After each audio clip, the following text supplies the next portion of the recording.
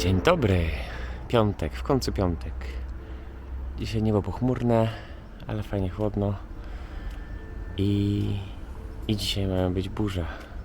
IMGW dało alert stopnia 2, więc będzie się działo. Ale dopiero po południu, wieczorem, może w nocy dopiero. A dzień cały jeszcze przed nami. Zapraszam. 10:52, pierwsze wezwanie. Zobaczymy, gdzie pojadą.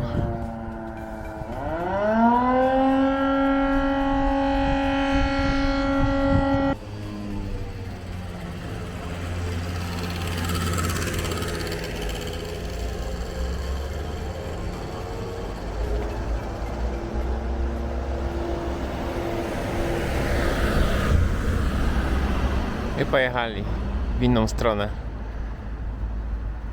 Tutaj pojechali. Widzę ich z mojego podwórka.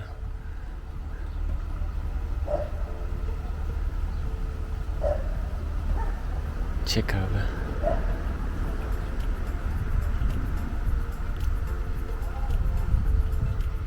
Dobra, nie będę im podglądał zbyt intensywnie. 16:20. Można w końcu się przejść. Jeszcze słoneczko świeci. Przyznam alert. RCB przyszedł. Wcześniej IMGW wydawało ostrzeżenia. Szykują się jakieś burze duże. Duże burze. Ale jak potrzebna mapę burzową to jeszcze jest 2-3 godziny. Co najmniej. Więc można wykorzystać i się bujnąć w okolicy. Dzisiaj dzień tego typu, że jestem wyczerpany umysłowo w całym tygodniu.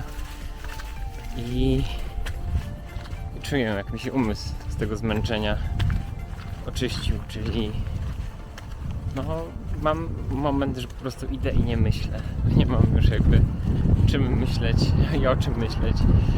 Nie mam ochoty myśleć, więc po prostu takie pustogłowie się zrobiło. W kierunku stadionu już dekoracje dożynkowe. Jutro albo w niedzielę, w sumie nie pamiętam. Dożynki.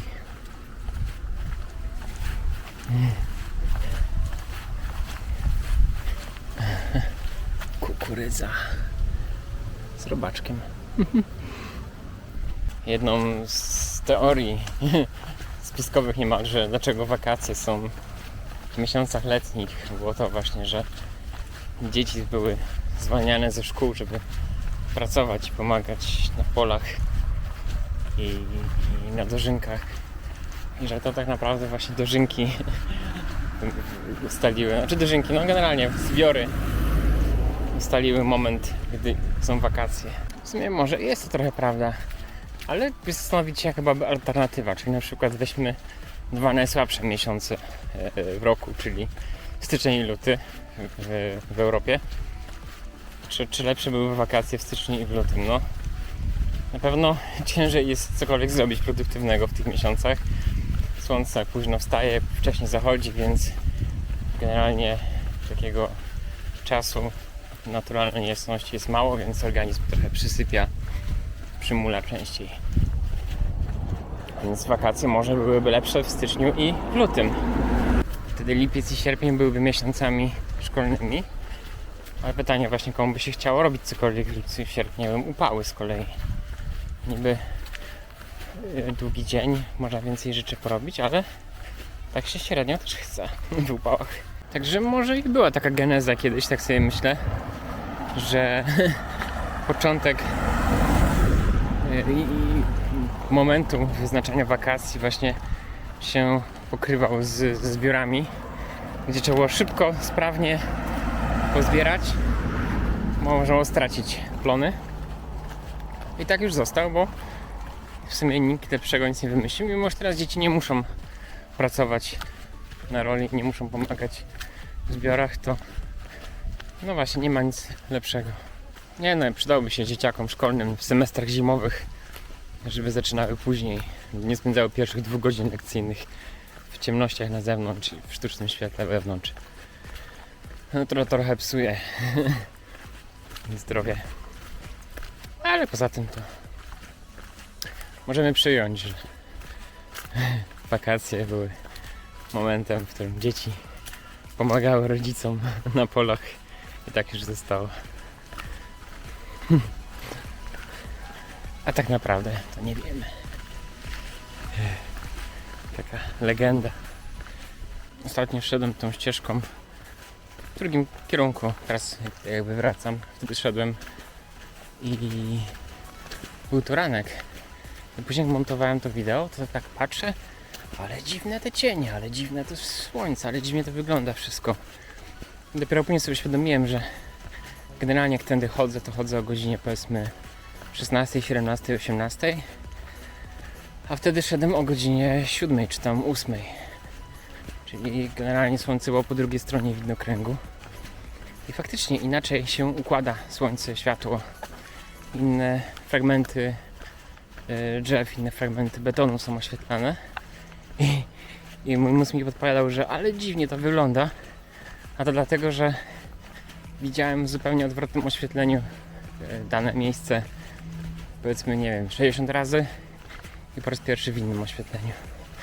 Więc wyglądało nienaturalnie dla mnie. A tak naprawdę po prostu z innej perspektywy słońce świeciło. A jak nie nagrywałem nigdy, to nie zauważałem tego. Wszystko było po prostu jakoś oświetlone. Fajna sprawa. A to wcześniejsze nagranie straży pożarnej na sąsiedniej ulicy. To Magdalena akurat do sklepu szła, więc zmieniła trasę i przeszła tamtą drugą ulicą. I z tego co tam widziała, to chyba osy, gniazdo os usuwali. No. W sumie chyba dość popularna interwencja na takich obszarach miejsko-wiejskich. Usuwanie gniazda os. No dobra. Wychodzimy z parku. Chyba zbliżamy się do końca dzisiejszego odcinka.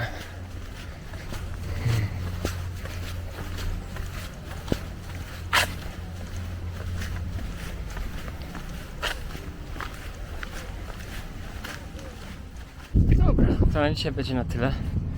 Może jeszcze uda się nagrać jakiś deszczyk, jakąś burzę. W sumie jak mamy takie aplikacje z radarami burzowymi, to można tuż przed burzą się zorientować, kiedy będzie. Możemy coś uda nagrać. No, ale w każdym razie dzięki za obejrzenie i zapraszam Cię już kiedyś. Hej!